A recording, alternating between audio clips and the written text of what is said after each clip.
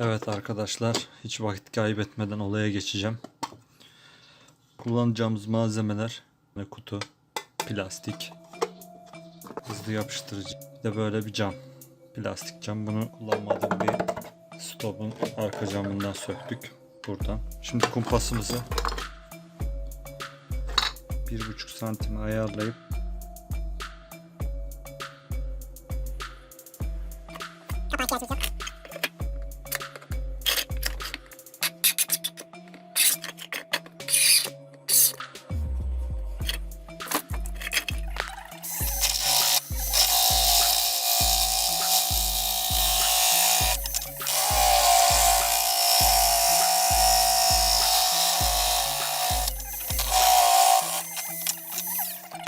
evet arkadaşlar, 1,5 santim ayırdık. Birleştirince 3 santim olacak.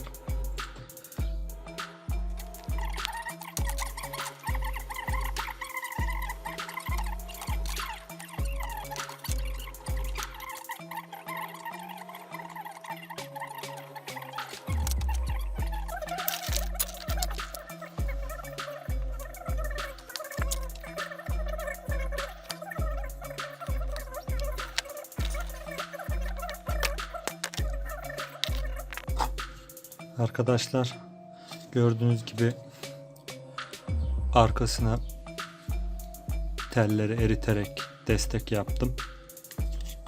Bantları da geçici olarak yaptıydım zaten. Sabit durması için onlara gerek yok. Onları söküyoruz.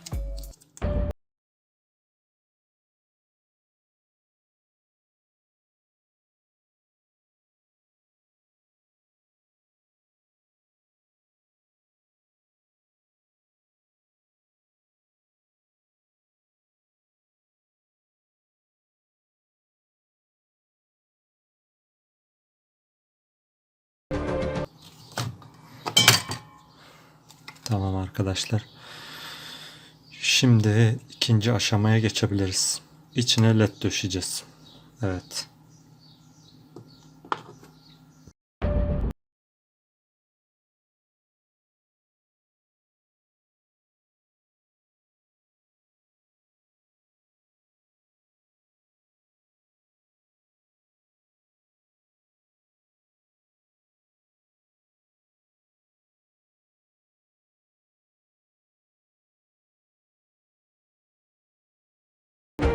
Bir insanoğlunun doğasında vardır hayatımızı kaybetmekten korkmak. Allah Teala Azrail meleğine can alma görevini yazdı.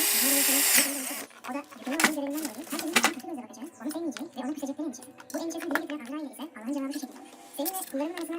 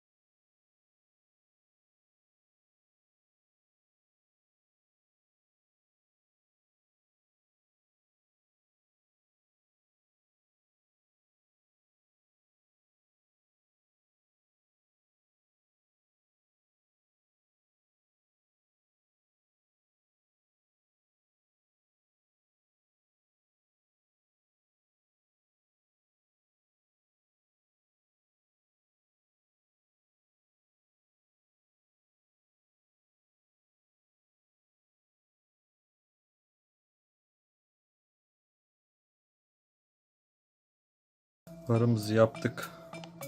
Son olarak dışını siyah folyo ile kaplayacağım.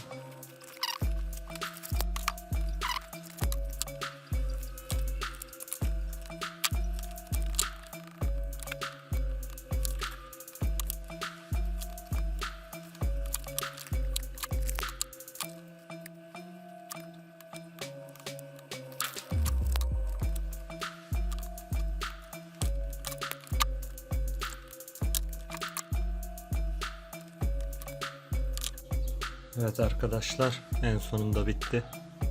2 tane yaptım. Bir sağ bir sol. Kapalıyken böyle gözüküyor. Yanıkken böyle. Şimdi bunların montajına geçeceğiz. Arabaya ön tamponu deleceğiz. Bunlara göre yuva açacağız. Ondan sonra montajımıza başlayacağız. Şimdi montajımıza geçelim.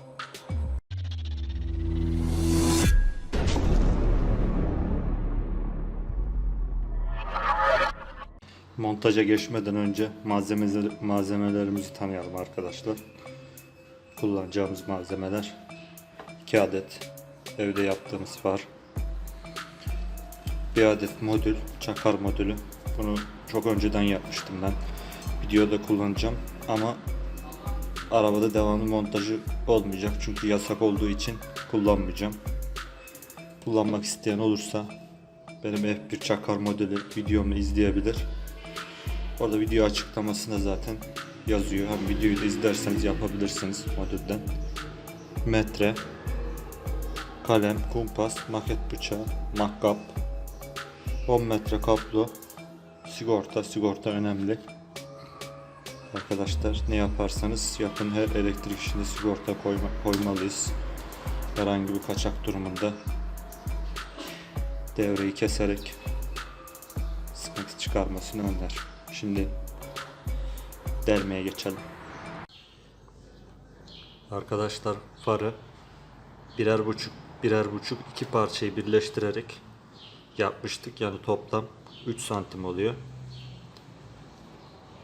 Tamponun köşesinden 15 santim alıp işaretledikten sonra boyunu yani 11 santim bu tarafa alıp tekrar işaretleyeceğim. Sonra alttan üstten merkezini tekrar alıp 1,5 yukarıya 1,5 yukarıya yaptım mı tam ölçülerde çıkacak. Girecek kadar. Şimdi yapalım.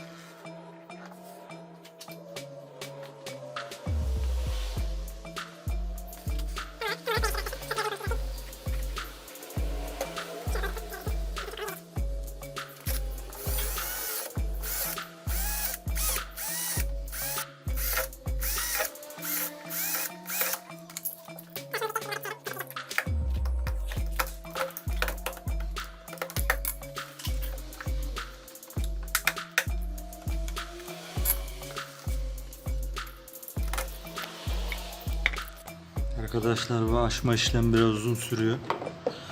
Sonunda girecek kadar açtım. Şimdi bunları kablolarını ekleyip içeriden panjuru sökeceğim. Panjurdan içeri çıkartacağım.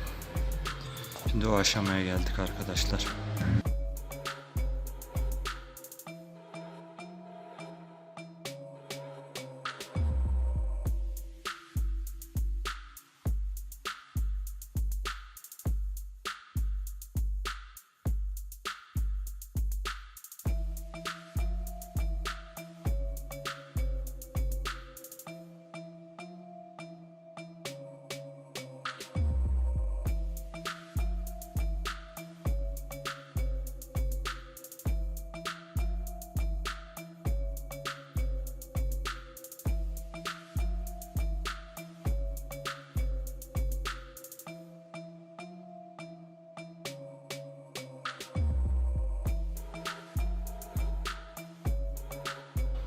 Evet, farlarımızın besleme uçlarını çektik. Şimdi aküten bir artı bir eksi çekeceğiz. Ondan sonra bağlantıya geçeceğiz.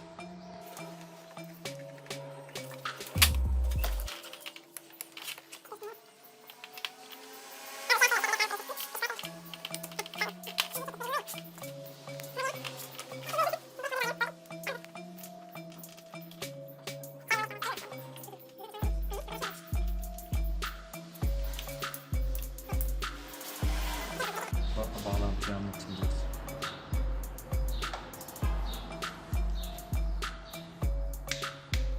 Gelen çekiyor mu? Çekiyor mu? Gelen 12 volt aküden artı eksi kaplamış. Eksi kırmızı.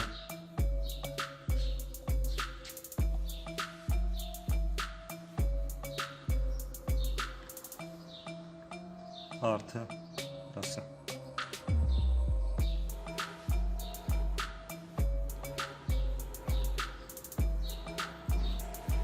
Lambalara giden.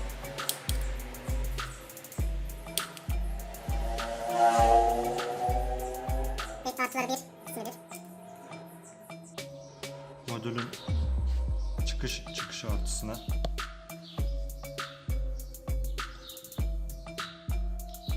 eksilen ikisinde çıkış eksisine.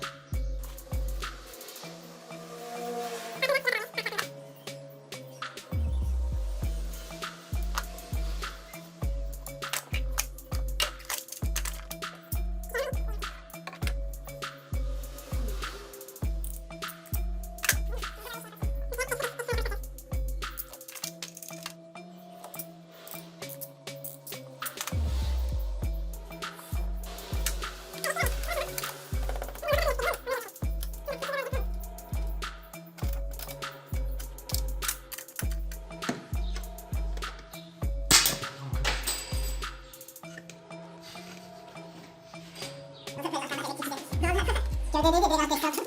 Bak. Bir kamerayla çıkarız. Hı? Kamerayla çıkarız. Ha doğru böyle şey. Öyle bir şey. Diğerle sıra atmıştır inşallah. Hadi çok dar baksana.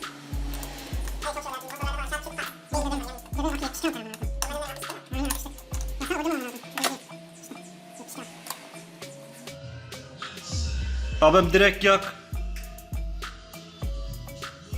Öbür tarafa al. Piyasa moduna. Çakar al. Tamamdır.